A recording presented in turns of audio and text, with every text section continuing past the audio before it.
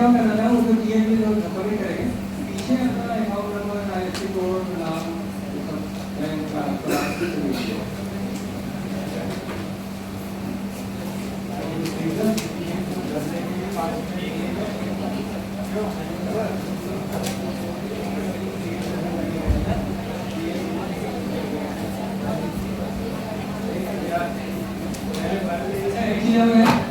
में भी अब एक ही काम करिए, या तो जैसा सेशन पूरा हो जाए फिर भर के हम यही रहेंगे, हमको दे तो इसमें फिर दूसरे काम में करें। ये इम्पोर्टेंट सेशन है, जिस काम के लिए आप आए हैं, अगर ये नहीं सुनेंगे तो बेकार बच्चे को सिखा नहीं पाएंगे। आप तो रिसोर्स टीचर होंगे, अपने जिले में टीचर्स को ट्रेन करेंगे, जब तक अच्छी तरह पूरे साथी को नहीं समझेंगे तब तक संभव नहीं हो पाएगा। आप कोशिश करें, क्योंकि ये प्रतियोगिता भी नहीं है और ये एक्सपायरवार भी नहीं है, प्रदर्शनी भी नहीं है, मॉडल मीटिंग कॉम्पिटिशन भी नहीं है, अलग है। थोड़ा सा इसको अलग से समझना तो इसलिए इसको पहले बाकी एकदम अटेंशन रखिए। इसके बावजूद भी कुछ छूट जाएगा, जरूर नहीं है सब साथ ले जाएंगे, तो कम से कम जितना अधिक ट्राई कर पाए उतना कुछ लोग काम कर सकते हैं। आप लोग गाइड में समझ है स्टाइल ऑफ एक्सप्लेनेशन वो उसमें नहीं दिख रहा है। जब आप प्रोसीजर नहीं गाइड बोलते हैं, प्रोसीजर नहीं है, उसको रिलेट करेंगे तो आपको आसान लगेगा। उसमें सीमा थी बहुत बड़ी, गाइड साथ एक सकते थे, संसाधन एक है और बाकी सब कंप्लीट है बड़ी बड़ी।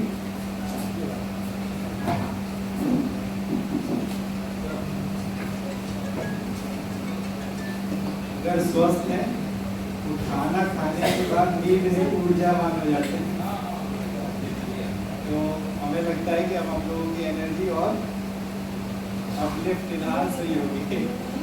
तो हम लोग प्रक्रिया को वहाँ से शुरू करते हैं कि अपने बच्चे को प्रोसेस सिखाना है कि राष्ट्रीय बाल विज्ञान कांग्रेस में वो वर्क कैसे करता है। तो उसके लिए उसे करना क्या है कि अपने आसपास की एक समस्या को ढूंढना है। वो समस्या हमारे 5 जो सब थीम है उस दायरे के अंदर आनी चाहिए। ये मदद हम उसकी कर देंगे। अगर वो समस्या लेकर आएगा, हमें वो जो 5 सब थीम्स हैं हम बताएंगे कि हाँ ये किसी के अंतर्गत आ सकती है, इस पर आप काम कर सकते हो। तो शुरुआत करते हैं घर से, यानी बच्चे ने एक समस्या अपने घर पे देखी, वो मैं ही हूँ। मैंने अपने घर पे ये देखा कि आरओ जो प्यूरीफायर है, वाटर प्यूरीफायर, उससे पानी का लॉस हो रहा है। अभी सिर्फ क्या है कि हमें एक समस्या दिखी है, बच्चे को समस्या दिखी है कि आरओ वाटर प्यूरीफायर जो लगा हुआ है उससे पानी का लॉस निरंतर हो रहा है।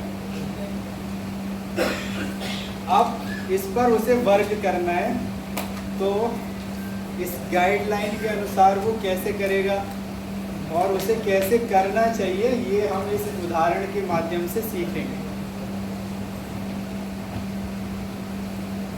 सबसे पहला काम उसने पहले स्टेप में क्या किया, एक स्थानीय समस्या को ढूंढा। अब जो दूसरा काम है, फिर गाइड टीचर के साथ और स्टूडेंट के साथ संवाद होना चाहिए। संवाद कैसे? Define your research question, aim objective of your research, यानी सवाल टीचर की तरफ से और बच्चे की तरफ से आएंगे। कैसे?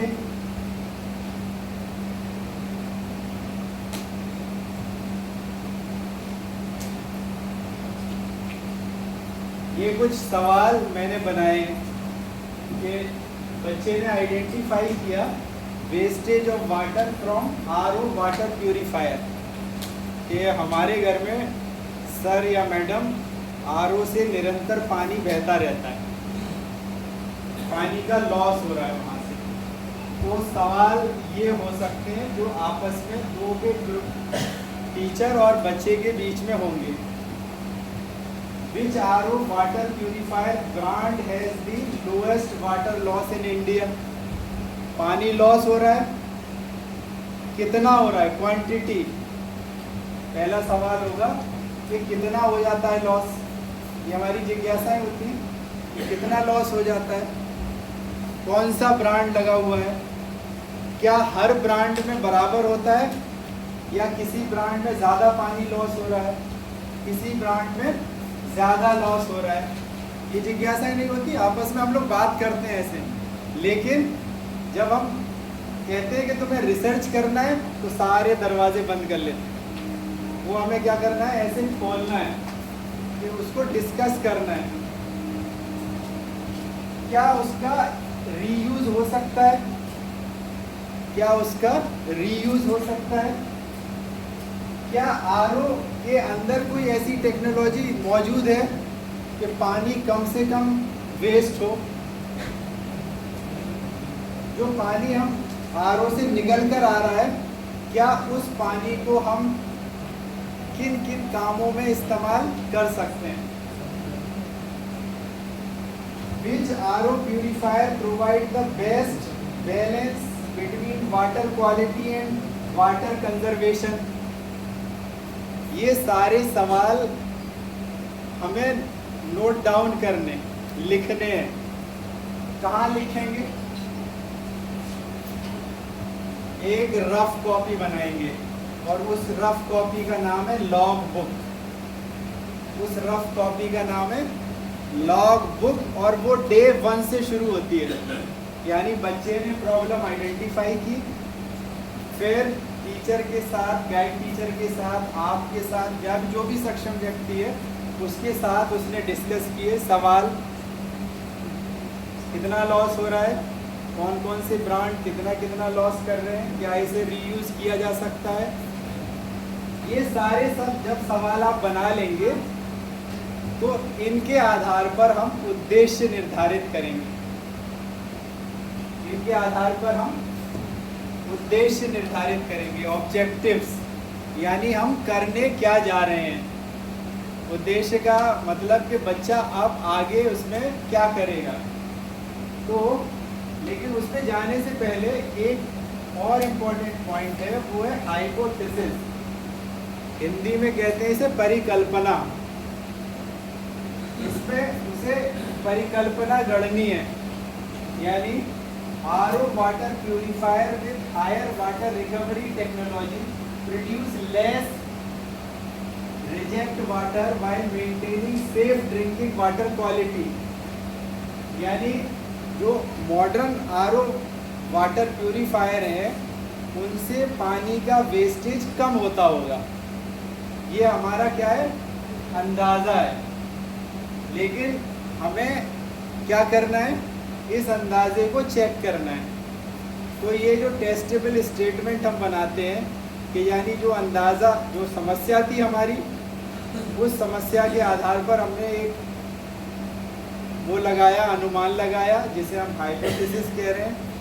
और वो जो हाइपोथेसिस है, वो जो स्टेटमेंट है, वो कैसा होना चाहिए, टेस्टेबल होना चाहिए, यानी जिसकी जांच की जा सकती हो, टेस्ट किया जा सकता हो। अब कैसे टेस्ट करेंगे, उसके लिए हमें ये प्रूफ करना है, पहला कि पानी का वेस्टेज हो रहा है, दूसरा कौन कौन से ब्रांड कितना कितना पानी वेस्ट कर रहे हैं, किस ब्रांड से ज़्यादा हो रहा है, किस ब्रांड से कम हो रहा है।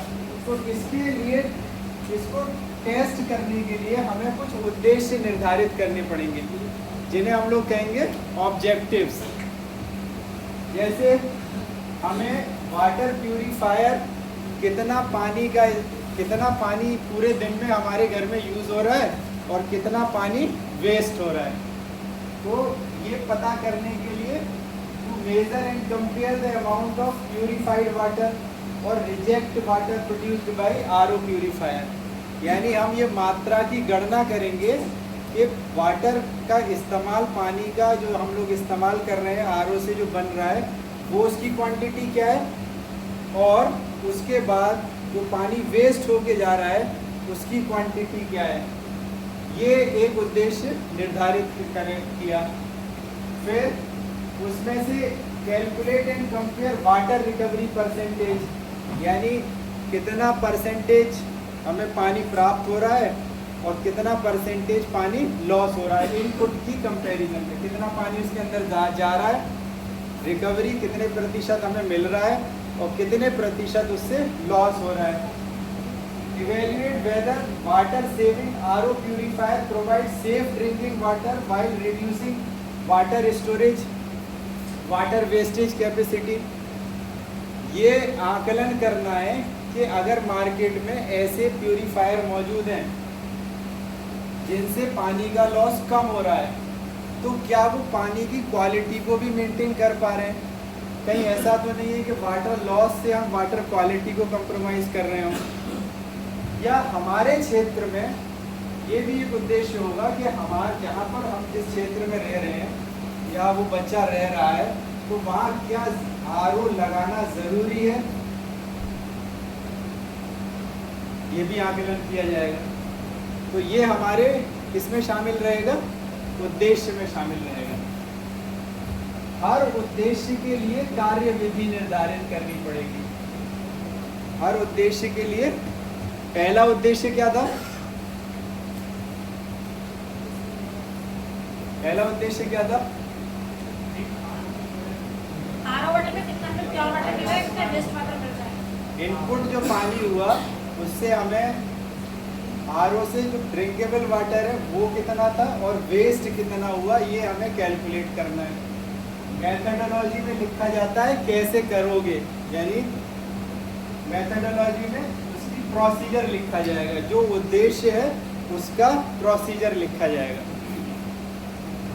पहला ऑब्जेक्टिव, उसकी मेथडोलॉजी यहाँ लिखी हुई है, यानी आरओ प्योरीफायर्स को सेलेक्ट कर लेंगे, ब्रांड्स को सेलेक्ट कर लेंगे, मॉडल को सेलेक्ट कर लेंगे जो लोकल एरिया में अवेलेबल है। फिर इसके बाद same source of water, use the same source of water for all test, यानी अगर उस लोकल एरिया में पानी की टीडीएस, मेन मुद्दा उसमें टीडीएस ही चेक करके हम लोग उसे करते हैं, तो टीडीएस अगर सेम है, ब्रांड्स अलग है, तो उनकी पानी का वेस्टेज का क्या पैरामीटर है, ये सब हम इसके अंदर रिकॉर्ड करेंगे। ये मेथोडोलॉजी 1 हो गया।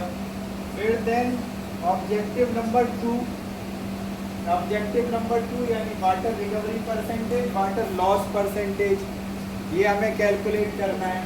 तो देन उसका तरीका क्या होगा वो इस मेथोडोलॉजी में दिखाया गया।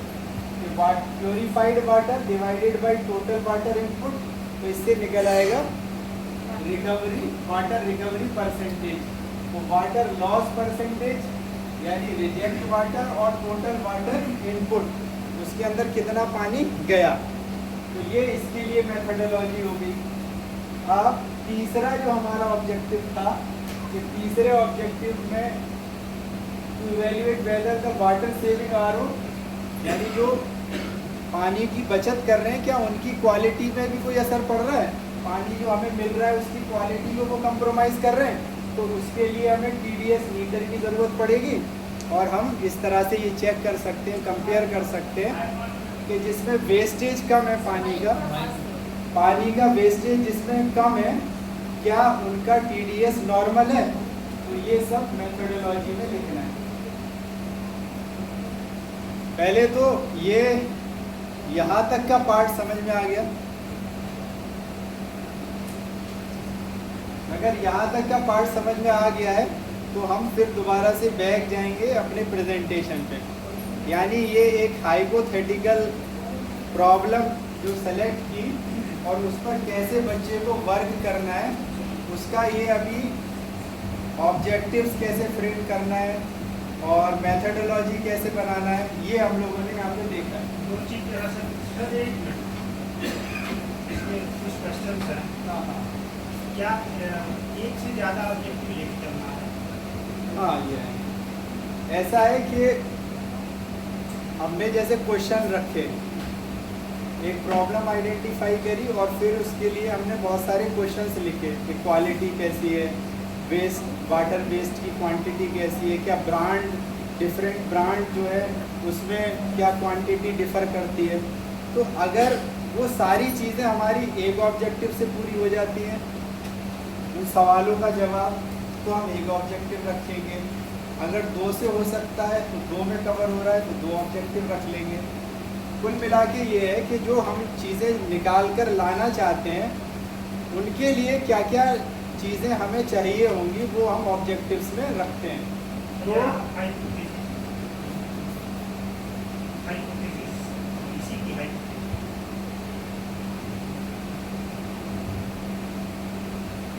हाइपोथेसिस का मतलब है परिकल्पना। दूसरे में जो सिस्टम लैंग्वेज में गया है ये हाँ ये थोड़ा फास्ट हो गया है। Modern water saving RO purifier modern water saving RO purifier waste less water than conventional RO purifier. तो हमारी हाइपोथेसिस कुछ भी हो सकती है। नहीं सर, कुछ भी नहीं होगी तो प्रिसाइज होगी ना। जैसे पहला वाला ठीक था जो ऑब्जेक्टिव्स लिए गए हैं, ये वाला थोड़ा हमें गड़बड़ लग रहा है। केवल एक शब्द के कारण मॉडर्न, सर इसका मतलब ये है कि जो अब टेक्नोलॉजी के बड़ी कार्य वो ज़्यादा बेटर अरे मॉडर्न कब तक मॉडर्न रहेगा? प्रोवाइडेड 2026 तक की 27 तक की 28 तक 30 तक या 2052 तक, वो सब थोड़ा सा आप नहीं समझ रही है, वो सब समझ लेंगे। आप ऐसे समझिए सुनिए, जैसे अगर एक ही विषय पे 10 बच्चे काम करेंगे तो उन 10 बच्चों का उसी विषय पे काम करने का तरीका अलग होगा, हाइपोथेसिस फ्रेम करने का तरीका होगा। मेरे कहने का मतलब बस यही हाँ, था मैं कि ये सब चीजें थोड़ा सा हम लोग को सुधारनी होगी। आपका ये अच्छा है, आपको ये अच्छा लग रहा है। ये दूसरा विकल्प तो एक एग्जाम्पल देके समझाया। ये मान लेते हैं कि ये मैंने फ्रेम किया, ये आपने फ्रेम किया, आपने बेहतर फ्रेम किया, मेरा आपसे थोड़ा सा कम अच्छा था, तो ये थोड़ा सा ये सारी चीज़ें रहेंगी। अब देखिए हाइपोथेसिस का मतलब है कि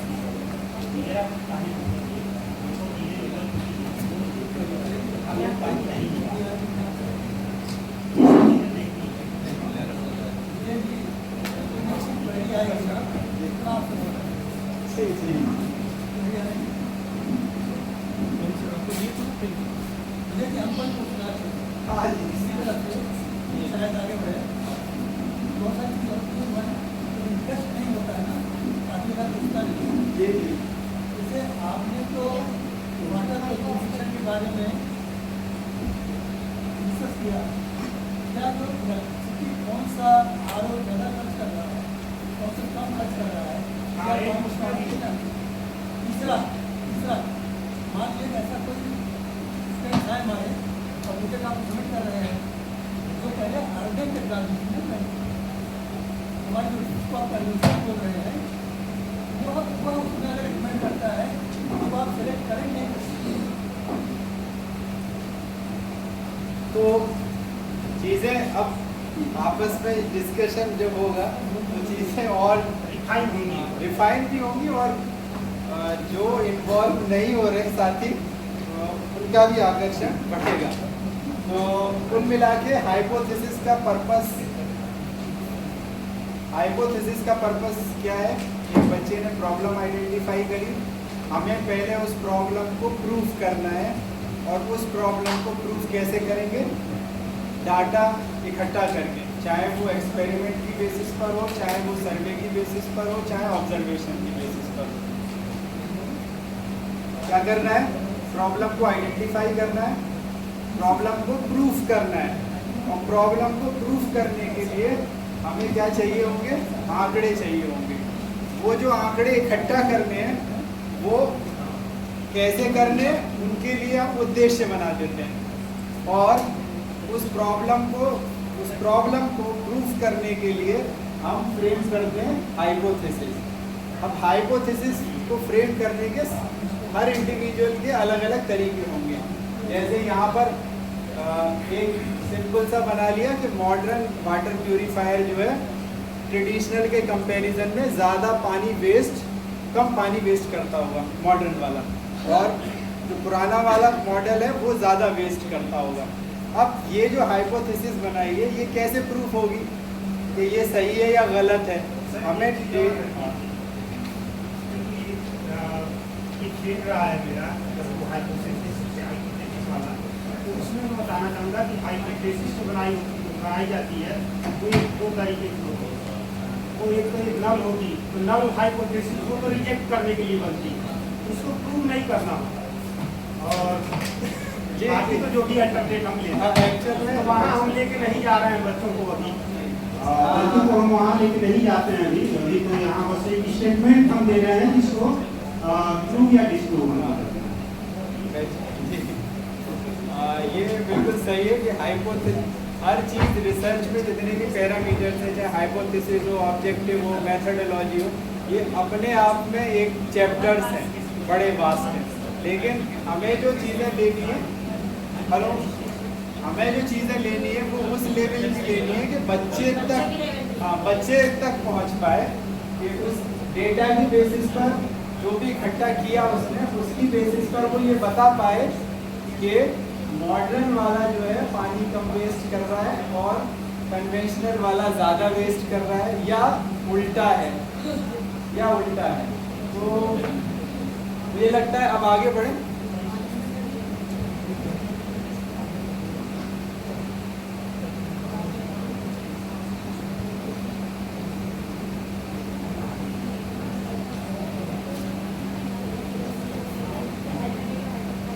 यहाँ देखिए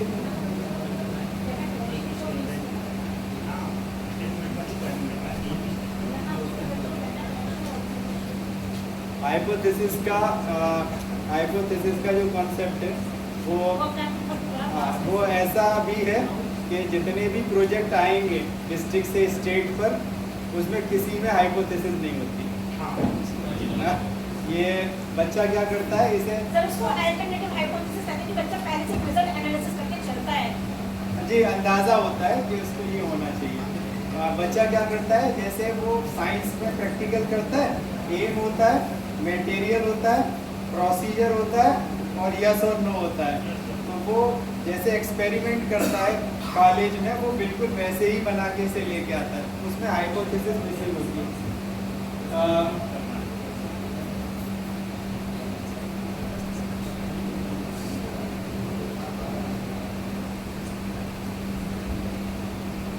तो सबसे पहला था कि उसने अपने लोकल एरिया में एक अपनी प्रॉब्लम को चुना।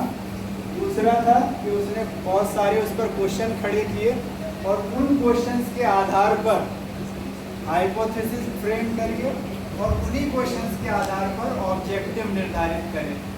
ऑब्जेक्टिव को अचीव कैसे करेगा, उसके लिए एक मेथडोलॉजी डिसाइड करें। तो आइडेंटिफिकेशन प्रॉब्लम हो गया, दूसरा सवाल जो खड़े किए वो हो गया, तीसरा हाइपोथेसिस फ्रेम करना हो गया, और चौथा ऑब्जेक्टिव्स और मेथडोलॉजी।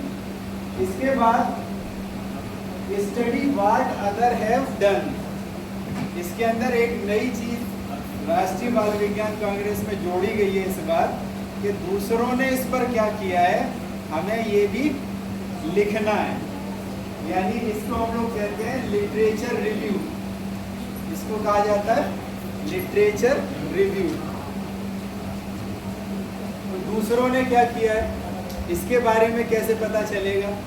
तो हम लोग किताबें देखते हैं, न्यूज़पेपर देखते हैं, जर्नल्स देखते हैं, लेकिन सबसे आसान तरीका जो बच्चे को सिखाया जा सकता है, लाइब्रेरी भी जाते हैं, लेकिन उसके लिए जो सबसे आसान तरीका है सिखाने का वो है इंटरनेट, क्योंकि वो उसे आसानी से वहाँ तक पहुँच भी जाता है और उसे वो रोज़ करता है तो उसे वो चीज़ें आती हैं। तो इसके लिए हमारे पास दो तरह के प्लेटफॉर्म मौजूद हैं जिन्हें हम डेटाबेस कहते हैं या फिर हम इन्हें सर्च इंजन कहते हैं। डेटाबेस या आवाज आ रही है आप तक?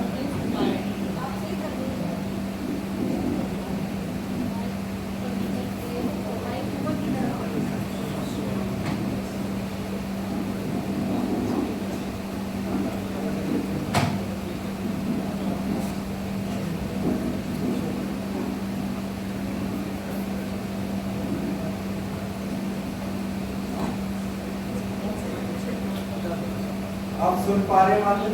आवाज आ रही है? तो ये नई चीज इसमें इस बार जोड़ी गई है। जो पहले उसका जो फॉर्मेट आता था राष्ट्रीय बाल विज्ञान कांग्रेस का, उसमें लिटरेचर रिव्यू नहीं होता था। तो लिटरेचर रिव्यू में का मतलब है व्हाट अदर्स हैव डन, कौन क्या कर चुका है, इसके बारे में भी उसे डेटा इकट्ठा करना है। तो उसके लिए हम लोग जब ऑनलाइन मिले थे तो हमने 2 प्लेटफॉर्म्स बताए थे, एक डेटाबेस कहलाता है और दूसरा सर्च इंजन। तो उसके अंदर वहाँ के माध्यम से यानी एक पबमेड बताया था और दूसरा गूगल स्कॉलर।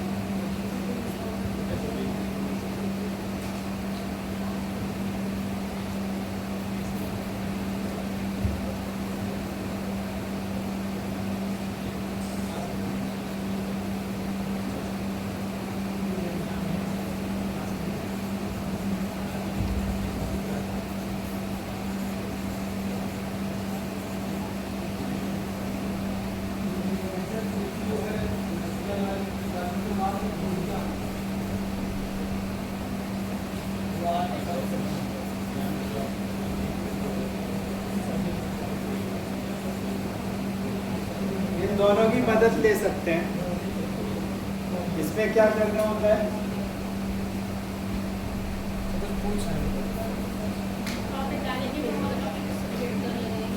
जैसे हमें इसके अंदर कीवर्ड्स का इस्तेमाल करना पड़ता है। तो कीवर्ड्स क्या होते हैं? जैसे हमारे पास ये आरओ प्यूरिफायर है, अगर आप इसे डालेंगे इसके ऊपर तो इससे रिलेटेड रिसर्चेज आ जाएंगी। जितना ब्रॉड होगा उतने ज़्यादा रिसर्च पेपर्स खुलेंगे। इसमें डोमेस्टिक जोड़ दीजिए, तो डोमेस्टिक जोड़ देंगे तो देन थोड़ा सा नैरो हो जाएगा, यानी सिर्फ जो घरों में इस्तेमाल होने वाले आरओ है तो उससे रिलेटेड चीज़ें आ जाएंगी। तो यानी हम इस पर इन 2 सर्च इंजन और डेटाबेस की मदद से हम उस पर सर्च करेंगे और सर्च करने के बाद जिस विषय पर बच्चा रिसर्च करना चाहता है उससे संबंधित केवल 10 रिसर्च पेपर को हम लोग डाउनलोड कर लेंगे और उन 10 रिसर्च पेपर को हम लोग आगे चल के रेफरेंसेस में इस्तेमाल करेंगे।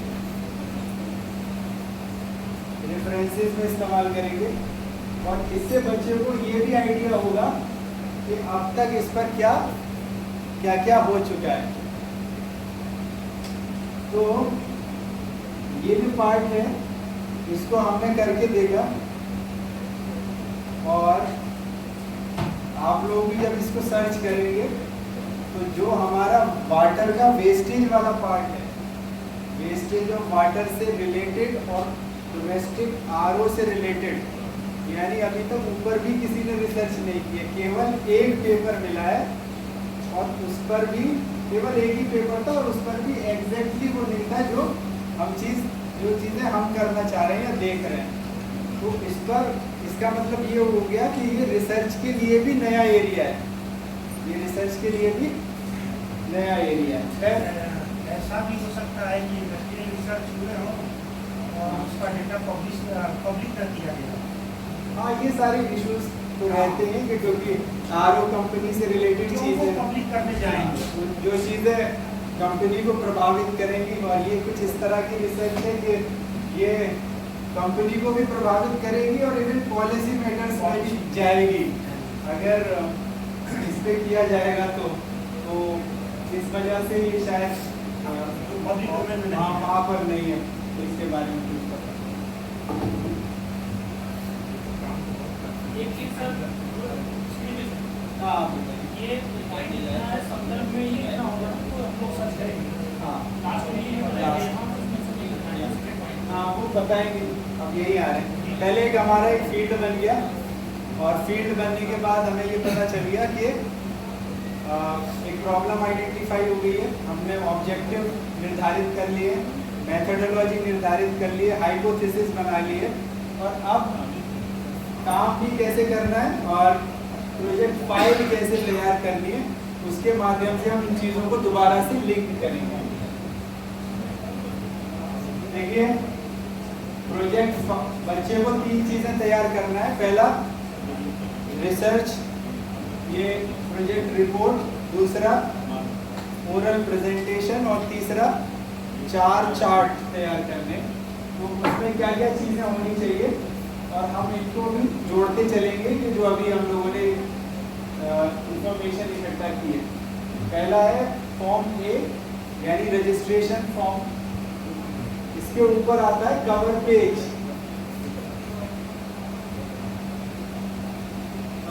इसके ऊपर आएगा सबसे पहले प्रोजेक्ट रिपोर्ट में सबसे पहला पेज होगा कवर पेज। तो कवर पेज पे क्या क्या मिनिमम इंफॉर्मेशन होनी चाहिए?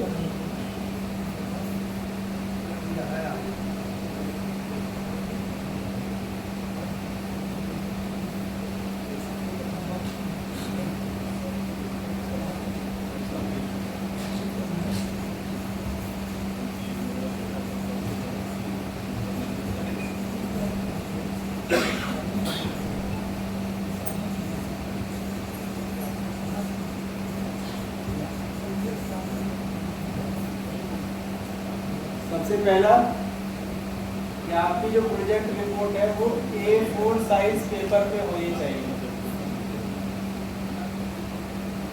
कलरफुल शीट, कलरफुल पेपर का इस्तेमाल नहीं करना है, सफ़ेद सादा फोटो स्टेट वाले A4 साइज पेपर पे होनी चाहिए।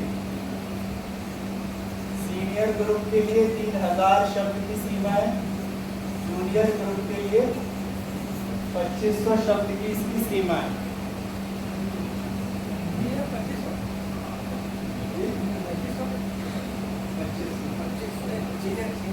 3000 शब्द। हाँ, कवर पेज पे क्या क्या इंफॉर्मेशन आना चाहिए?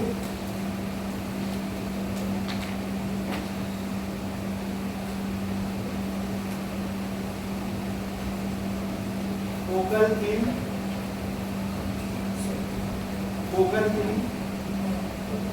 सब थीम, पांचों सब थीम आपको याद है? आप जो अभी हमने जो एक आइडेंटिफाई की वो किस सब थीम में आना चाहिए?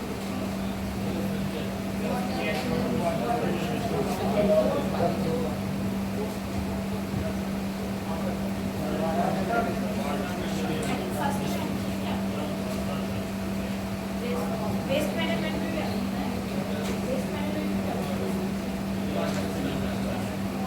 अभी जो हमने एक प्रॉब्लम आइडेंटिफाई की वो किस सब थीम में आना चाहिए? फर्स्ट में भी आ सकता है, वेस्ट फर्स्ट में आना मैनेजमेंट, चाहिए। दूसरा ई-फोन फॉर एनर्जी, जल, वर्षा जल संचयन, but better in waste management. खाद्य एवं स्वास्थ्य। सर फर्स्ट ज़्यादा बेटर है क्योंकि जो वाटर वेस्ट हो रहा है उसको कम करने की सोच रहे हैं। देखिए इनमें जो ऐसा है कि इनमें जो मार्जिनल डिफरेंसेस होंगे कि यानी कुछ लोगों को ये अब बच्चे को उसने क्या किया है, पूरा प्रोजेक्ट जब हो जाएगा और उसने क्या निष्कर्ष निकाला और अंततः किस निष्कर्ष पे पहुंचा, उसके आधार पर जहाँ भी दो चीज़ों में कंफ्यूजन है वहाँ पर वो क्लियर हो जाता है जब वो पूरा प्रोजेक्ट तैयार कर लेता है। अभी क्योंकि हमारी स्टार्टिंग है तो हम लोग ने एक टॉपिक या एक प्रॉब्लम आइडेंटिफाई किया है, तो वो किसके अंदर आना चाहिए? R5 फॉर वेस्ट मैनेजमेंट इसमें आना चाहिए, या दूसरा जल यानी पानी से, ये भी एक ब्रॉड फील्ड है, तो ये इन दो सब थीम के अंतर्गत आ सकता है, ये दो इन सब थीम के अंतर्गत आ सकता है। लेकिन मैं इसे जिस दिशा में ले जाना चाहा, क्योंकि अभी आप देखेंगे मैंने सर्वे फॉर्म भी बनाया है, तो जिस दिशा में मैं इसे ले जा रहा हूँ, तो मैं इसे सब थीम 3 में रख लूँगा। या कुछ नहीं समझ में आ रहा है तो छोटे बच्चे की तरह सोचेंगे कि पानी से जुड़ा हुआ है, तो उसने सब थीम पानी रख लिया, तो ये 3rd वाला ले लेंगे। और अगर वो और कुछ उसमें जोड़ा है, तो चीज़ें इस दिशा में जा रही हैं, तो 1st भी हो सकता है। तो खैर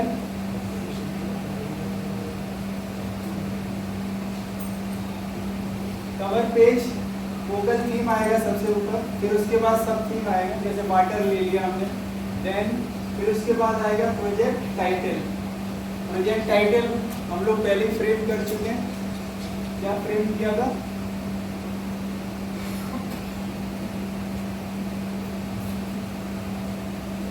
क्या फ्रेम किया था कि आरओ से होने वाला पानी का लॉस, जो वेस्टेज हो रहा है, तो वो हमने वहाँ पर शुरू किया था। तो उस प्रोजेक्ट में हाँ, तो प्रोजेक्ट टाइटल में एक तो समस्या आ गई, यानी प्रोजेक्ट टाइटल में ये 3 चीजें होनी चाहिए। एक तो प्रॉब्लम, समस्या क्या है और किस एरिया से है, किस एरिया से ये रिफ्लेक्ट करे। प्रॉब्लम क्या है ये रिफ्लेक्ट करे, और किस एरिया से है ये रिफ्लेक्ट करे। इसके बाद ग्रुप लीडर का नाम आएगा, ग्रुप मेंबर का नाम आएगा, गाइड टीचर का नाम आएगा, और स्कूल या इंस्टीट्यूट का नाम आएगा। लेकिन डिस्ट्रिक्ट भी उसमें शामिल करिए और स्टेट भी शामिल करिए, और यूपी ईस्ट जरूर शामिल करिए, गुम हो जाएगी फाइल। नहीं तो वहाँ फाइल जब गुम हो जाती है तो पता नहीं चलता कि ये किस स्टेट की है जब नेशनल पे जाती है। डिस्ट्रिक्ट, स्टेट और यूपी ईस्ट, ये स्टेट में शामिल करिए, UP east. Mobile number add कर दीजिए। तो ये मिनिमम इंफॉर्मेशन है। मिनिमम इंफॉर्मेशन यानी बहुत बच्चे इसे थोड़ा सा डेकोरेट कर लेते हैं, नेशनल चिल्ड्रन साइंस कांग्रेस 2026, लेकिन बहुत ज़्यादा कलरफुल करने की जरूरत नहीं है। सिंपल जैसे साइंस रिपोर्ट होती है उसी तरह से कवर पेज बनाना है। कवर पेज के बाद कवर पेज के बाद जो सेकंड पेज है वो है फॉर्म ए। फॉर्म ए यानी ये रजिस्ट्रेशन फॉर्म है। इसकी बिल्कुल इसके जो कॉलम्स हैं वो वैसे ही है जैसे आपने ऑनलाइन रजिस्ट्रेशन कर रहे हैं, आप बिल्कुल उसी की तरह इसकी शक्ल दिखती है। आप सभी को ग्रुप में शेयर कर देंगे। इसमें group leader, group member, guide teacher और स्कूल की डिटेल होती है, तो ये ग्रुप में मिल जाएगा आपको सॉफ्ट कॉपी। फिर इसके बाद एब्स्ट्रैक्ट यानी जो तीसरा पेज होता है वो एब्स्ट्रैक्ट या समरी यहाँ पर लिखी जाएगी। 10 से 14 वर्ष यानी जो जूनियर ग्रुप के बच्चे हैं वो 250 शब्दों में लिखेंगे, और जो सीनियर ग्रुप के बच्चे हैं वो 300 शब्दों में उसे तैयार करेंगे। यहाँ पर एक चीज़ और नोट डाउन करना है कि कवर पेज और समरी ये दोनों इंग्लिश में भी होना ज़रूरी है। कवर पेज और समरी या एब्स्ट्रैक्ट ये इंग्लिश में होना ज़रूरी है। इसके बाद तीसरा जो पेज आएगा वो आएगा विषय सूची का, कंटेंट का। इसमें सारे किस पेज पर क्या है वो सब इसके अंदर लिखा रहता है।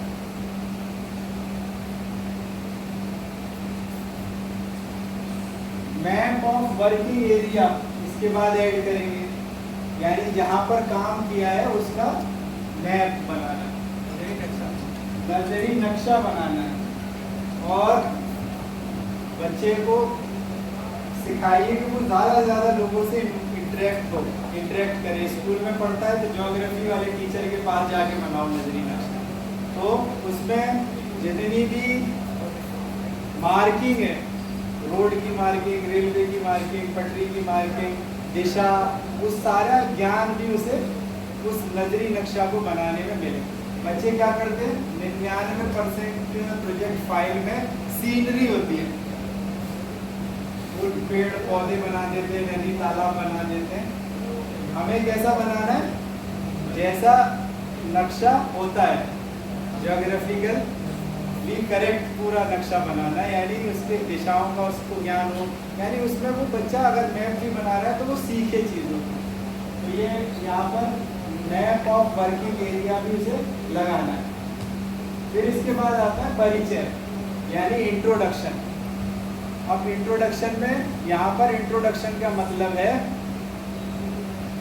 समस्या को रेज करना, यानी समस्या के बारे, समस्या का परिचय देना है। यहाँ पर जो इंट्रोडक्शन का मतलब है कि समस्या का कुछ आंकड़ों के आधार पर उस समस्या का परिचय देना, ये यहाँ पर इंट्रोडक्शन में लिखना है। यानी बच्चे वर्क कर रहे हैं इस पे, तो वो बताते हैं कि जो है प्रोजेक्ट रिपोर्ट तो बाद में लिखी जाएगी, सबसे पहले वो पूरा वर्क किसमें कंप्लीट करेगा, जो कुछ भी लिख रहा है, जो कुछ भी हो रहा है, ऑब्जेक्टिव लिख रहा है, मेथोडोलॉजी लिख रहा है, डायरी में वो सब कहाँ लिख रहा है, अभी तक डायरी में लिख रहा है, जिसे हम लोग लॉग बुक कहते हैं। वो रफ कॉपी निरंतर चलेगी, और जब पूरा कंप्लीट हो जाएगा उसके बाद फाइनली रिपोर्ट तैयार होगी और उसका प्रारूप ऐसे होगा। देन परिचय में लिखा जाएगा समस्या का परिचय देना है। Then literature review, literature review में जैसे भी बताया कि 10 रिसर्चेज हमें अपने फील्ड से संबंधित डाउनलोड करनी है, और उनके बारे में ये बताना है कि इस व्यक्ति, यानी राइटर का नाम लिखा होता है उस पेपर में। पेपर जो होता है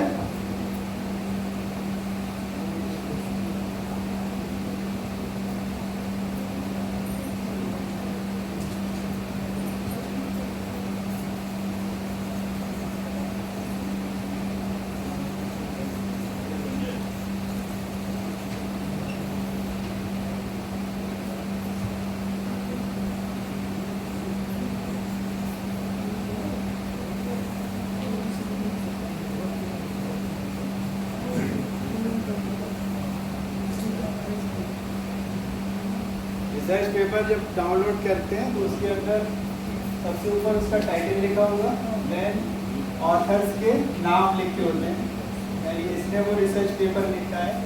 देन इसके बाद एब्स्ट्रैक्ट लिखा होता है, यानी उसका आउटपुट क्या रहा। तो बच्चे को जो लिटरेचर रिव्यू वाला पार्ट है उसमें उस ऑथर का नाम और उसकी एब्स्ट्रैक्ट से उसकी फाइंडिंग्स शॉर्ट में लिखनी है कि उसे क्या मिला। ये चीज समझ में आ रही है। रिसर्च पेपर का जो मेन पार्ट है जो हमें फोकस करना है वो टाइटल, देन ऑथर और देन एब्स्ट्रैक्ट।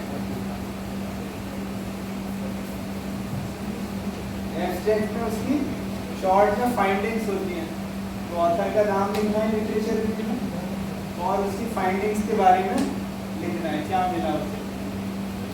तो ये पार्ट लिखा जाएगा लिटरेचर रिव्यू वाले पार्ट।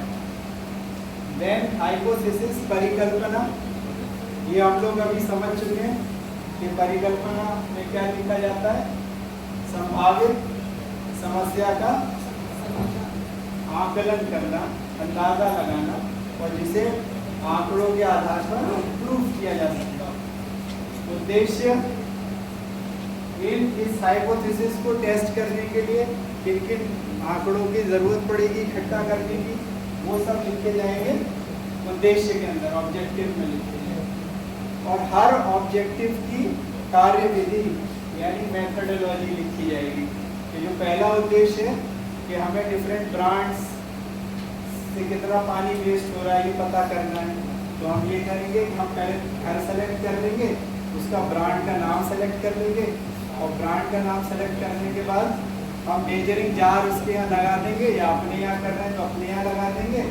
कितना पानी हमने यूज़ किया ऊपर टैंक में आ जाता है, और कितना वेस्ट हुआ वो हमारे मेजरिंग जार में आ जाएगा। तो इस तरह से जो हम लोग लिख रहे हैं ये लिखा जाएगा कार्य विधि में, methodology. Then work plan. Work plan क्या है? अभी तक जो कुछ भी वर्क हो रहा है ये सब गाइड टीचर और स्टूडेंट के साथ एक मेज पे हो रहा है। अभी तक बच्चे ने कोई भी एक्सपेरिमेंट, कोई ऑब्जर्वेशन या कोई सर्वे परफॉर्म नहीं किया है। तो कार्य योजना में लिखा जाता है कि इस पूरे प्रोजेक्ट को कैसे 2 महीने में, 3 महीने में कैसे एग्जीक्यूट किया जाएगा। पहले क्या करेगा, फिर क्या करना है, इतने पहले हफ्ते में ये कर लेंगे, दूसरे हफ्ते में ये करेंगे, चौथे हफ्ते में ये करेंगे। तो ये जो एक प्लान को तैयार करता है इसे हम लोग कहते हैं वर्क प्लान या कार्य योजना कहलाती है। तो ये यहाँ तक का जो पार्ट है ये सभी अभी टीचर और बच्चे के बीच के इंटरेक्शन से एक कॉपी में लिखा गया है। अभी कोई भी चीज फील्ड में नहीं की गई है। यहाँ तक चीजें समझ में आ गई, यहाँ तक आपको कन्वे कर पा रहा हूँ। देन अब जो पार्ट है इसके आगे का वो इसको एग्जीक्यूशन का है, यानी डाटा कलेक्शन का है। डेटा कलेक्शन के लिए 3 विधियां हैं, जैसे अवलोकन यानी ऑब्जर्वेशन मेथड है, सर्वेक्षण यानी सर्वे मेथड है, और एक्सपेरिमेंट यानी प्रयोग विधि है। तो इन 3 विधियों के माध्यम से बच्चा क्या इकट्ठा करता है? आंकड़े इकट्ठा करता है। अब हमारे पास हमारा जैसी आवश्यकता होगी वही विधि बच्चा अपनाएगा।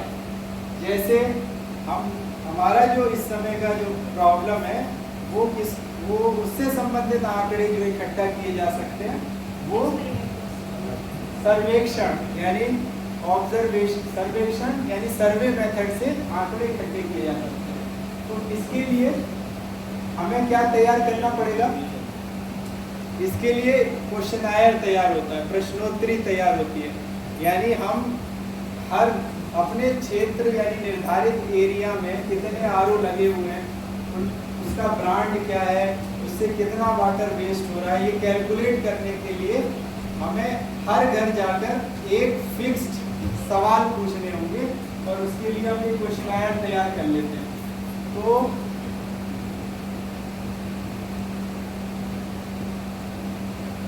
वो क्वेश्चनायर इस तरह से बनाया जा सकता है।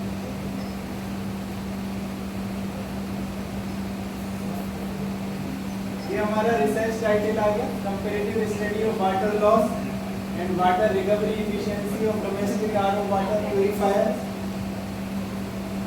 इन इंडिया लिख दिया। आप बच्चा अपना एरिया का नाम लिखेगा जहाँ वो कर रहा है। यहाँ देखिए,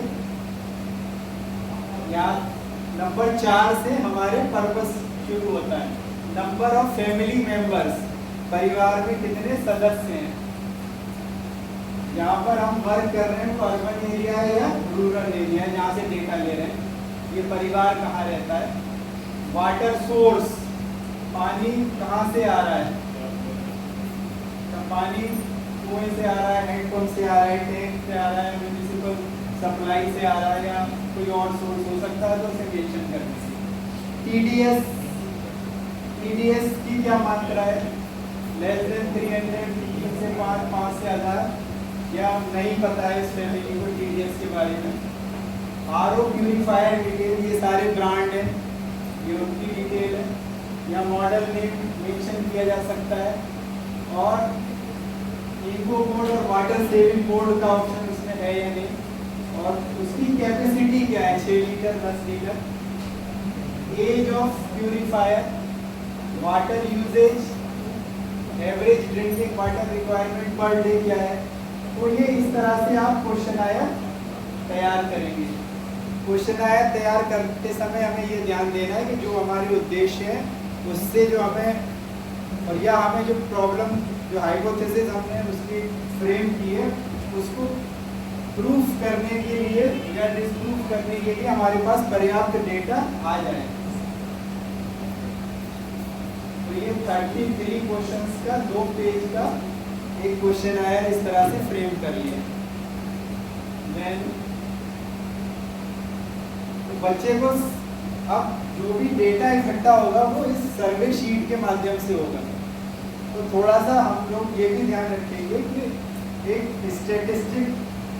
स्टैटिस्टिक्स के फील्ड में ये भी माना जाता है कि जितना ज़्यादा हमारे पास जितने ज़्यादा आंकड़े होंगे वो रिपोर्ट उसके बाद जो आएगा या रिजल्ट जो भी आएगी उसके बाद वो उतनी ही ज़्यादा सही होगी। तो जितना ज़्यादा डेटा, ज़्यादा घरों का डेटा हमारे पास होगा वो उतना ही ज़्यादा। तो बच्चे, लेकिन हाँ बच्चे अपनी आयु सीमा के निर्धारित जो भी उसकी आयु सीमा है जितने एरिया में वो कर सकते हैं उसके हिसाब से आप 20-50-100 उसको जो है आप एक्चुअल में ये वो रिसर्च ये वो अपने ऑब्जेक्टिव्स में इसको डिफाइन करेंगे या कितने उसकी कर रहे हैं। ऐसा है, हमें उसे प्रोसेस सिखाना है। वो क्वेश्चनआयर बनाना सीख जाए, क्वेश्चनआयर से डेटा इकट्ठा करना सीख जाए, उससे इंसाइट निकालना सीख जाए इससे क्या डेटा हमें मिल रहा है। हमारा पर्पस ये है ना कि वो ऐसा डेटा लाके दिखा दे कि सारी कंपनियां हिल जाएं और कुछ बदलाव ऐसे हो जाए।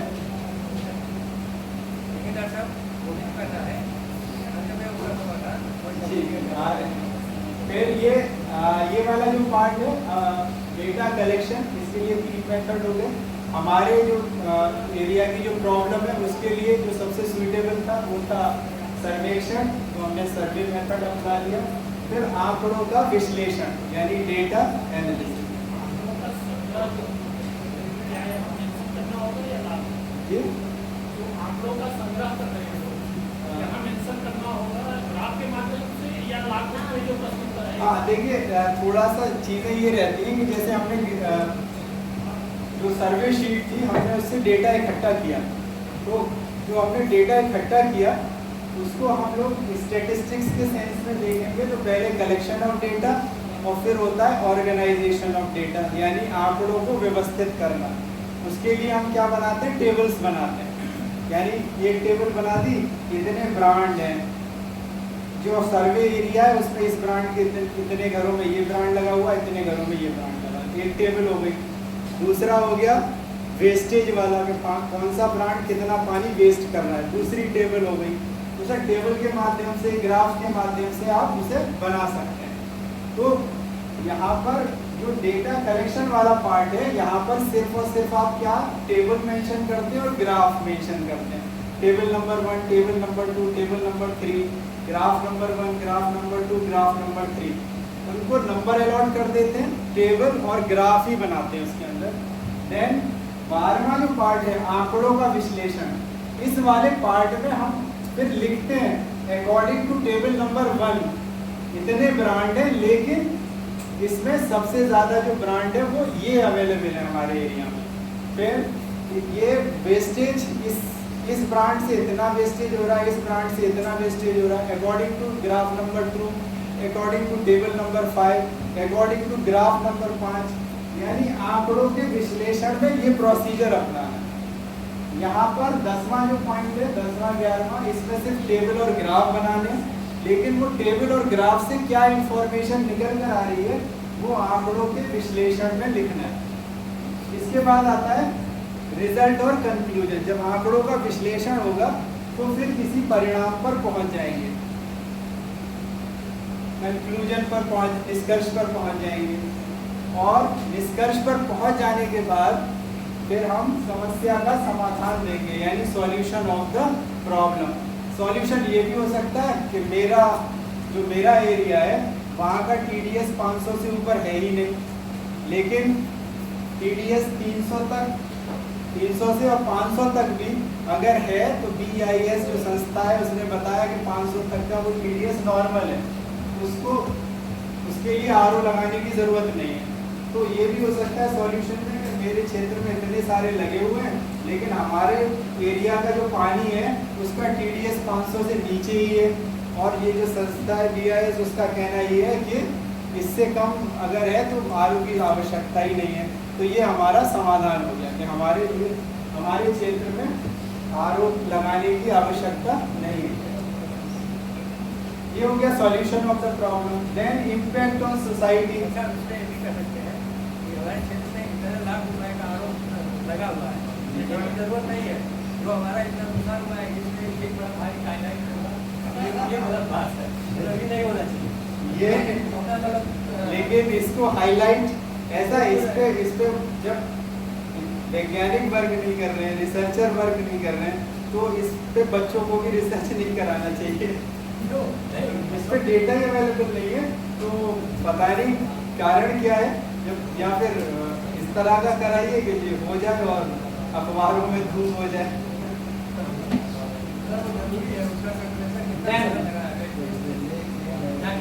Then impact on society. तो जो भी हमने किया, जो भी रिसर्च की, उससे समाज पर क्या प्रभाव पड़ा। जैसे सपोज हमारे क्षेत्र में सही है TDS, हमें पानी की जरूरत नहीं है, लोगों को अवेयर करा, लोगों ने इसको छोड़ दिया, RO का इस्तेमाल। ये कुछ प्रभाव हो सकते हैं, या जो भी प्रभाव हो। पानी का रीयूज करना, जो उससे वेस्ट हो रहा है उसका इस्तेमाल पोछा लगाने में किया जा सकता है, बर्तन धोने में किया जा सकता है, सेपरेट टैंक में स्टोर किया जा सकता है, पौधों को पानी दिया जा सकता है। तो नेगेटिव समाज पर क्या प्रभाव पड़ा आपके रिसर्च का। देन भविष्य की कार्य योजना, फ्यूचर एक्शन प्लान। अभी तक हमने ये किया है, जितनी रिसर्च कर चुके हैं, और आगे अभी ये और किया जा सकता है इसमें, इसे हम आगे करेंगे। ये लिखा जाता है भविष्य की कार्य योजना। संदर्भ और आधार। आधार पहले लिखिए और सबसे लास्ट में रेफरेंसेस यानी संदर्भ लिखना है। और संदर्भ वही 10 रिसर्च पेपर जो लिए थे, या जो भी इंफॉर्मेशन किताबों से ली, न्यूज़पेपर से ली, और उसका लिखने का पैटर्न बच्चों को सिखाना है। तो इसीलिए रेफरेंसेस कैसे मेंशन करना है, पॉइंट वाइज कैसे लिखना है, और उसका पैटर्न क्या होना चाहिए, वो सिखाएंगे।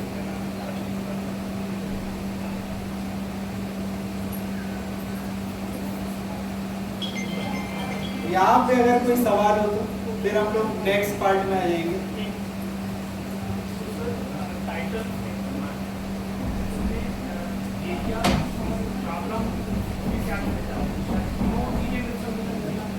सबसे ज़्यादा जरूरी है कि प्रॉब्लम को हाईलाइट करता हो,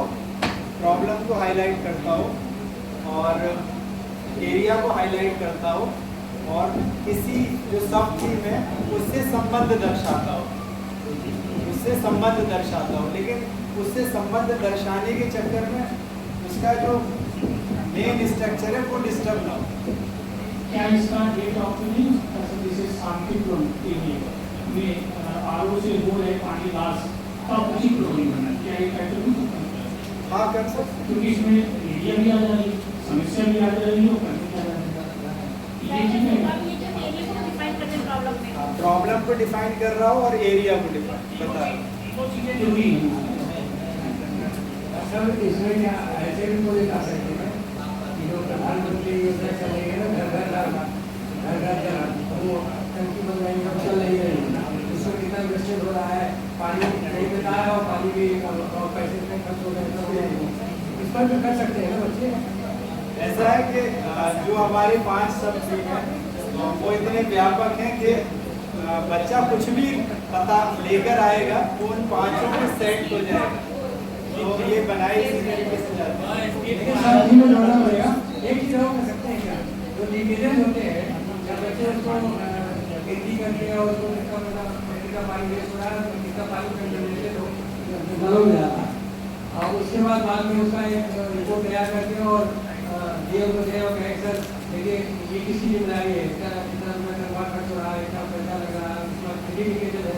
जब प्रेशर बढ़ता है पानी का तो नलों में चला जाता है, जब घटता है, जब बंद हो जाता है तो फिर वो चला जाता है, उसकी गंदा पानी चला जाता है, उसकी बीमारियाँ होती हैं, उसे कोई भी करनी नहीं होती। ऐसे भी बच्चों को पिछले वर्षों में वाटर था बहुत किया था, इलाहाबाद में बच्चों ने किया था, वही पानी है जो ऑपरेशन थिएटर में जा रहा है, वही पानी है जो नलों में आ रहा है, जो वही पानी है ये स्कूल की टंकियों में जा रहा है, वही पानी है जो रेलवे स्टेशन पर है, और उसका सब चेक किया और सब एनालिसिस करके उसको जो पेपर में दिया तो सारे खड़े हो गए, उसका दिया तो सब ऑर्डर किया, सारे ओवर काम कर दिया, सारे जगह सब ठीक हो, बच्चों के एक्शन से अगर ऐसा मार्गदर्शन हो सकता है तो बच्चों में बड़ा अद्भुत प्रतिभा और कॉन्फिडेंस डेवलप होता है। कुछ ऐसे भी करने की जरूरत है। वाटर की है करने के बाद कोई आप बातें कर सकते हैं। आपने करके बता दिया जैसे सर ने राय दिए और आप सब लोगों के पास भी कॉन्सेप्ट होंगे, लेकिन राष्ट्रीय बाल विज्ञान कांग्रेस की भावना क्या है? बच्चा खुद सजेस्ट करे, बच्चा खुद लेकर आए, हमें उसे रिफाइन करना है और दिशा देनी है कि ऐसे करना है। तो हमारा काम गाइडेंस है और हम लोग ये कोशिश करेंगे कि वो खुद ही समस्या को ढूंढे और लेकर आए और हम सिर्फ गाइड करेंगे। अब जो हमारा नेक्स्ट पार्ट है यानी प्रोजेक्ट रिपोर्ट, अगर सही से वर्क किया जाएगा और अनावश्यक चीज़ें उसमें नहीं डाली जाएंगी और टाइपिंग हो, टाइप अगर उसे हम करा देंगे तो कोई भी प्रोजेक्ट रिपोर्ट 15-20 पेजेस से ज़्यादा की नहीं होती है। यानी 20 पेज के अंदर पर्याप्त स्पेस होता है और उसके अंदर ये पूरी प्रोजेक्ट रिपोर्ट बन के तैयार हो जाएगी। तो 100 सर्वे शीट भी उसके साथ लगा देना ये नहीं करना है। सिर्फ जितना पॉइंट 1 से लेकर पॉइंट 19 तक का जितना भी हेडिंग्स है, इसके अलावा उसके साथ कोई अटैचमेंट नहीं है। वो मेथड ये जो सर्वे शीट अभी दिखाई थी उस पर सैंपल मार्क करके वो मेथडोलॉजी वाले पार्ट में आ जाएगी। यानी हमने जो आंकड़े इकट्ठा करे वो इस सर्वे शीट के आधार पे करें। तो सिर्फ एक सर्वे शीट सैंपल बतौर मेथडोलॉजी वाले पार्ट में लगेगी और बाकी सारी जो सर्वे शीट जो भरी हुई है वो उसके पास, बच्चे के पास एविडेंस के तौर पे रहेंगी, प्रोजेक्ट के साथ उसे नहीं लगाना। नेक्स्ट पार्ट है पोस्टर, यानी कि सर्टिफिकेट भी देंगे तो ठीक लेंगे। प्रोजेक्ट रिपोर्ट तैयार करने के बाद फिर उसे 4 पोस्टर तैयार करना है और 4 पोस्टर का साइज भी निर्धारित है, 55 सेंटीमीटर बाई 70 सेंटीमीटर। तो ये चार्ट पेपर पर उसे 4 पोस्टर बनाना है, चार्ट बनाना है। इसके अंदर क्या क्या चीज़ें शामिल होनी चाहिए? परियोजना विषय, यानी जो पहला चार्ट होगा उस पर फोकल थीम, सब थीम, प्रोजेक्ट टाइटल यानी जो कवर पेज पे इंफॉर्मेशन थी उसको शामिल कर लीजिए और मैप ऑफ स्टडी एरिया यानी जो वर्किंग एरिया का जो मैप है वो इसमें यहाँ तक की चीज़ें जो है वो चार्ट नंबर 1 पे शामिल कर लीजिए। इसके बाद ऑब्जेक्टिव्स और मैथडोलॉजी, वर्क प्लान, दूसरे चार्ट पर इससे रिलेटेड मैटर शामिल करिए। और फिर इसके बाद जो भी ग्राफ और टेबल्स हैं वो ग्राफ, टेबल और डेटा एनालिसिस, रिजल्ट, कंक्लूजन और सॉल्यूशन ऑफ द प्रॉब्लम, ये तीसरे और चौथे चार्ट पर शामिल करिए। तो कुल मिला के प्रॉब्लम से लेकर सॉल्यूशन तक का एक फ्लो उन चार्ट पर दिखना चाहिए और वो सारी चीज़ें जो भी कुछ है इसके अंदर वो प्रोजेक्ट फाइल में ऑलरेडी है। उसी की बेसिस पर ये चार चार्ट तैयार कर रहे हैं। जो भी जानकारी है वो पॉइंट वाइज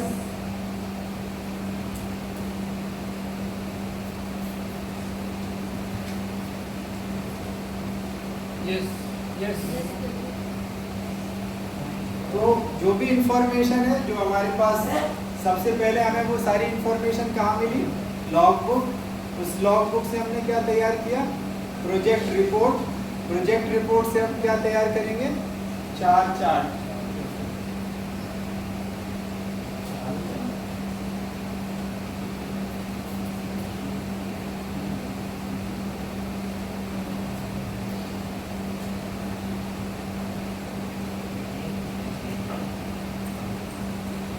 जानकारी बिंदुवार यानी पॉइंट वाइज लिखें, उसमें बहुत ज़्यादा डिटेल की जरूरत नहीं है। ग्राफ, चित्र, फोटोग्राफ और उपयुक्त दृश्य सामग्री ये सब इसमें शामिल की जा सकती है।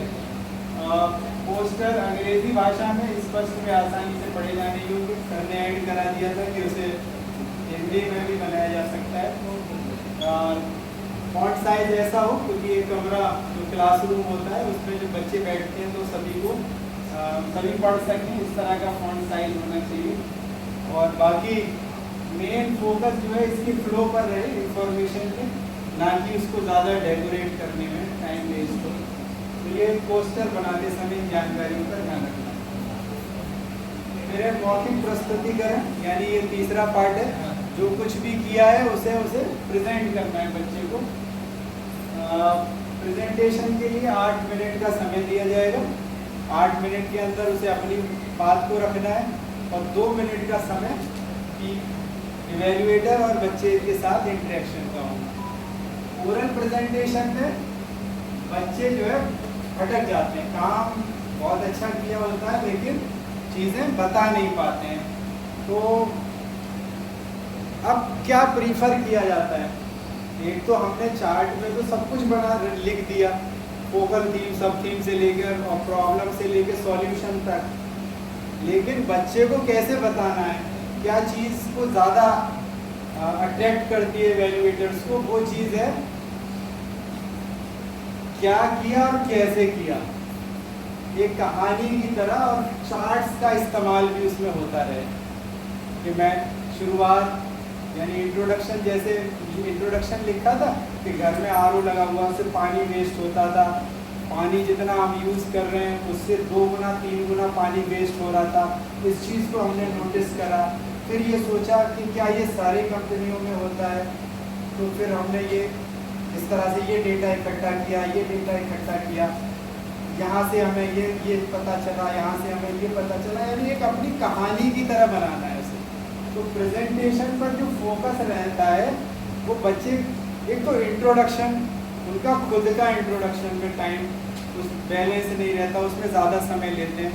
फिर उसके अपने group leader, group member, guide, teacher सबका परिचय देते हैं और मिनट है 8, जबकि उसे क्या है, फोकस्ड रहना है कि परेशानी की जो उसने आइडेंटिफाई करी थी, कैसे करी थी, क्या चीज़ उसको हिट करा था, कैसे वो इस काम को करने के लिए वो आगे बढ़ा और कैसे उसने इसे पूरे काम को किया।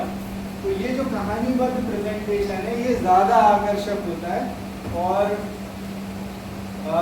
जो इवैल्यूएटर्स होते हैं वो हाइपोथेसिस क्या थी, ऑब्जेक्टिव्स क्या रखे, तो इनके बारे में भी उसे सारी चीज़ों की जानकारी होनी चाहिए। चार्ट के मदद से होना चाहिए। पोस्टर, पता चला कि पोस्टर पीछे सब खड़े हो गए और उसने पूरा कहानी सुना दी और इस पर कोई भी फोकस नहीं था। तो चार्ट प्रेजेंटेशन में इसका भी इन्वॉल्वमेंट, चार्ट का भी होना चाहिए। केवल चार्ट और स्लाइड, प्रेजेंटेशन में बच्चे चाहते हैं कि पावर पॉइंट प्रेजेंटेशन भी हो, पावर पॉइंट प्रेजेंटेशन को अलाउ कर देंगे, लेकिन स्लाइड उसमें भी जारी होंगी और इंफॉर्मेशन यही रहेगी।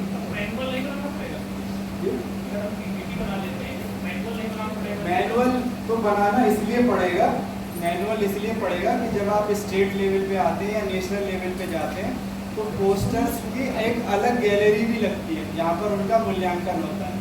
तो उस प्रेजेंटेशन के लिए तो बनाना ही पड़ेगा, लेकिन अगर वो प्रेजेंटेशन के लिए चाहता है कि इधर बना ले तो इधर भी बना सकता है। इसका बहुत ज़रूरी है।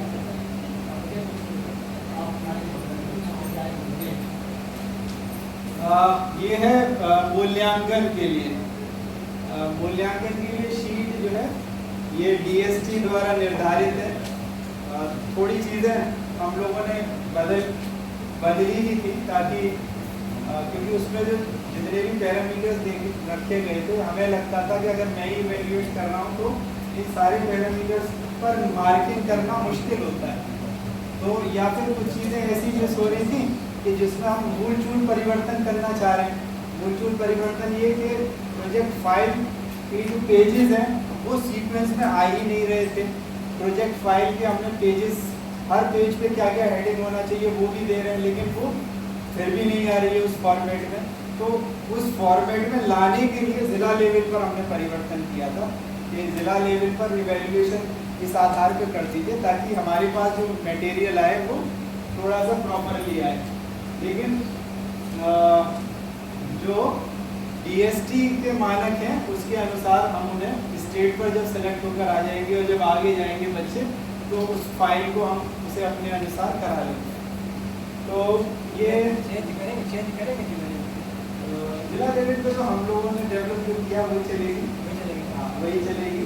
तो उसमें ये DST की तरफ से मूल्यांकन शीट है, इसको आप इवेल्युएटर्स के साथ ज़्यादा उनको शेयर करेंगे, बात करेंगे ताकि वो पहले से मन बना के आए कि हमें किस तरह का प्रोग्राम है क्या करना है।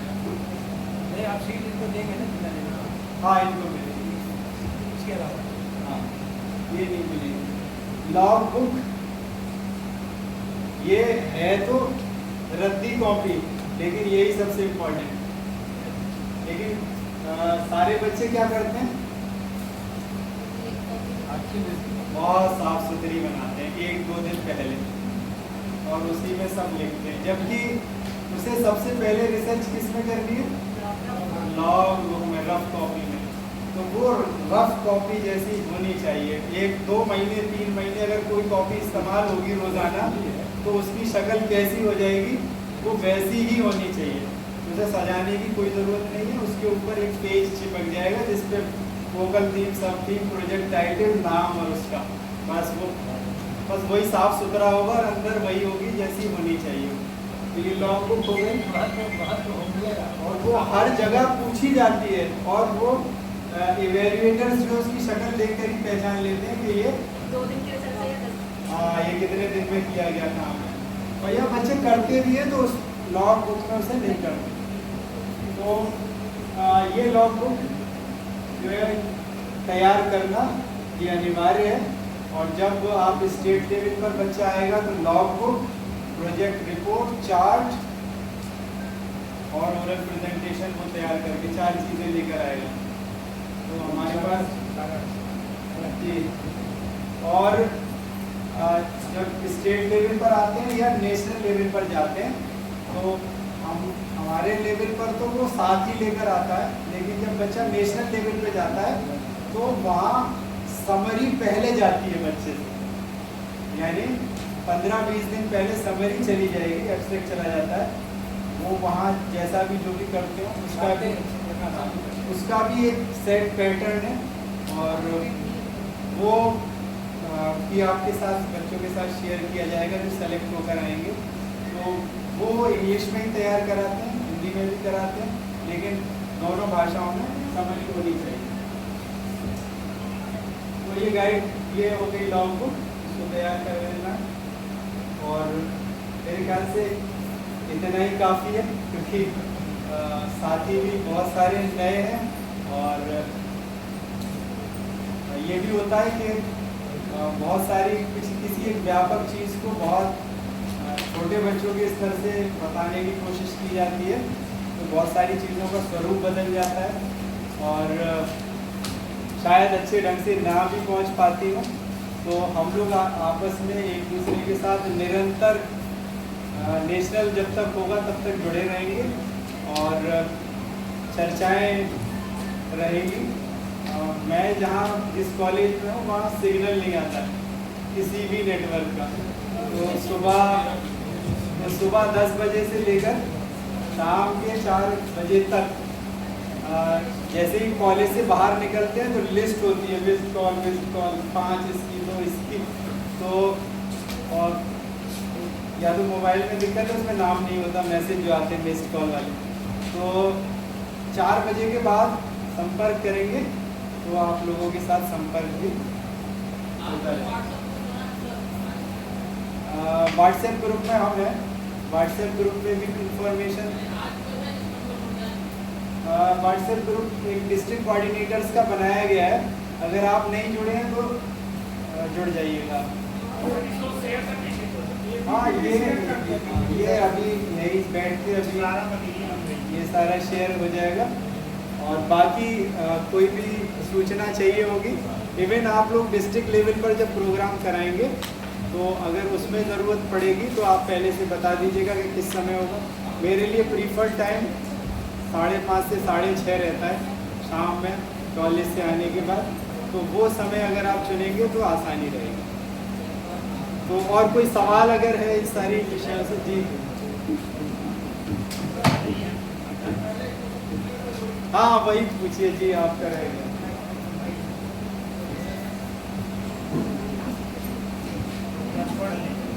सर जैसे बच्चों के एज ग्रुप का आयु सीमा के बाद डिसेबल्ड पर्सन के लिए, सबके लिए नहीं है। 10 से 14 साल जूनियर ग्रुप में पार्टिसिपेट करेंगे और 14 प्लस से 17 तक सीनियर ग्रुप में। एज ग्रुप वाइज इम्पोर्टेंट है। हमारे बच्चे जूनियर में रहेंगे, 10 से अगर एक भी दिन ज़्यादा है तो वो सीनियर में रहेंगे। एक भी दिन ज़्यादा ये होगा। सब ये डाटा हम किसी के डाटा के हिसाब से बनाएं, बच्चे के आधार कार्ड से बनाएंगे। जो बच्चे छोटे एज ग्रुप के हैं तो उनके पास आधार कार्ड ही होगा, और जो 10th पास कर चुके हैं उनके पास 10th की मार्कशीट है, तो आप उसे 10th की मार्कशीट, आधार, जो भी आपके लिए आसानी हो उसे बना लीजिए। आधार कार्ड में बच्चे की मान लो जन्मतिथि ज़्यादा है और टीसी में कम है रिकॉर्ड के साथ। टीसी से कोई मतलब नहीं। एक डॉक्यूमेंट तो हमें डिसाइड करना पड़ेगा कि जिसके आधार पर उसकी एज निर्धारित हो। टीसी कोई नहीं मांगेगा, आधार और हाई स्कूल की मार्कशीट। एक समस्या और जन्म प्रमाण पत्र में जो मांगा गया है उसमें कुछ जन्मतिथि है और आधार कार्ड में कुछ है, उसमें क्या कर सकते हैं? आधार की सही कराने को कह दीजिए और जन्म प्रमाण पत्र लगा दीजिए। वही डिसाइड करेंगे, जो सभी करेंगे वही बदलेगा। अच्छा इसमें क्वेश्चन और कोई हो? और एक्चुअल में मैंने कहा कि आधार में चेंज करा लीजिए। क्यों? क्योंकि हमारे यहाँ टैबलेट डिस्ट्रीब्यूशन होता है स्टूडेंट्स, तो हम जो डेटा फीड करते हैं वो हाई स्कूल मार्कशीट का करते हैं और बच्चे को आधार में खुद करेक्ट कराना पड़ता है। सर थोड़ा सा पोर्टल पर जो हम लोग को वेरीफाई करना है उसकी एक C1 C2 के तरीके से करते हुए वो मैं आपको ग्रुप में शेयर कर दूँगा, क्योंकि वो लॉगिन मेरे लिए नहीं खुलता है, तो इसीलिए मुझे उसके अंदर की जानकारी नहीं है। पहले मुझे लॉगिन करना पड़ेगा एज ए डिस्ट्रिक्ट कोऑर्डिनेटर, तब मेरे पास वो ऑप्शंस खुलेंगे। उसको मतलब क्या करेंगे उसमें देखनी हम लोग क्या वेरीफाई करना है।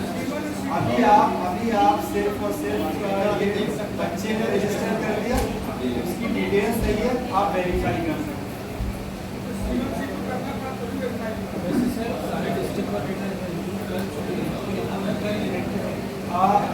ऐसे कोई साथी हैं जिन्होंने वेरीफाई किया है डेटा? जी सर, आप बता दीजिए।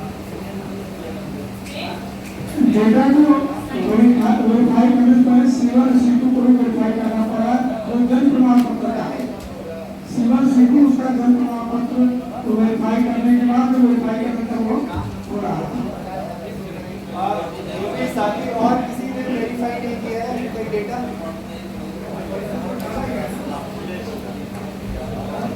सेशन करते समय का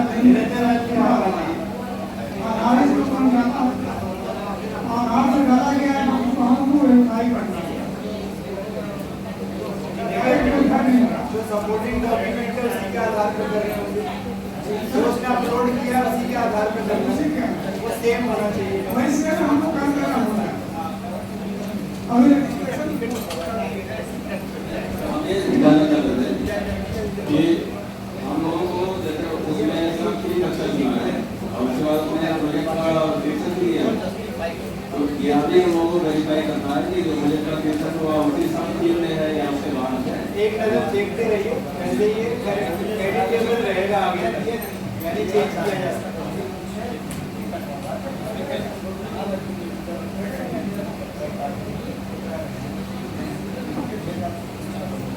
तो आप सभी लोग अपना टीए बिल भर लीजिए और आप सभी का धन्यवाद, क्योंकि इतनी देर सुनना एक कष्टकारी होता है। Thank you. हमारे योगदान का